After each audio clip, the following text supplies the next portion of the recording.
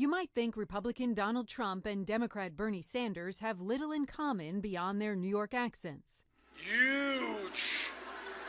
We will have so much winning if I get elected that you may get bored with winning. But dig a little deeper, and the two have surprising similarities. Both pride themselves on being outsiders who have ignited a passion in voters looking for someone who understands their anger with Washington.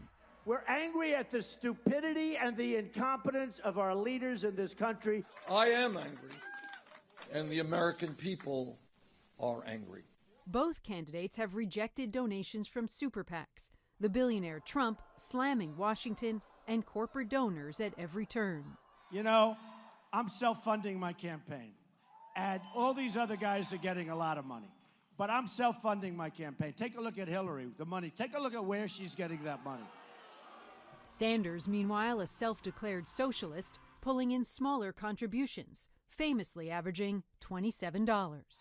Democracy does not mean billionaires buying elections. The two also agree about not making any cuts to Social Security and fixing the nation's infrastructure. We have trains that go 40. Chunk. The Long Island Railroad. It's the same as it was. It's the same as it was when I was growing up on Long Island. We're like a third world nation. Our infrastructure, that means our water systems, not only in Flint, but all over this country, are failing the American people. They see eye to eye on the issue of trade, too, stressing the need to stop China and move manufacturing back to the U.S. Trade relations with China have been a disaster for the American worker. China is the greatest theft. It's the greatest theft in the history of mankind, what they've done to this country. On the issue of trade, Trump and Sanders like to point out their stark contrast with Hillary Clinton, often noting what they call her support for disastrous trade agreements.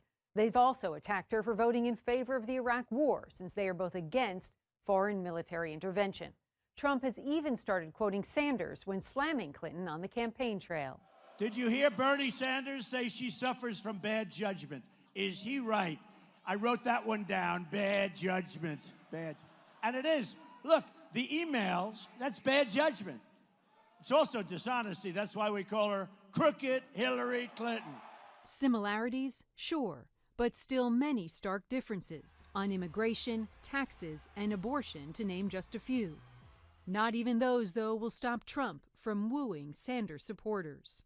Randi Kaye, CNN, New York.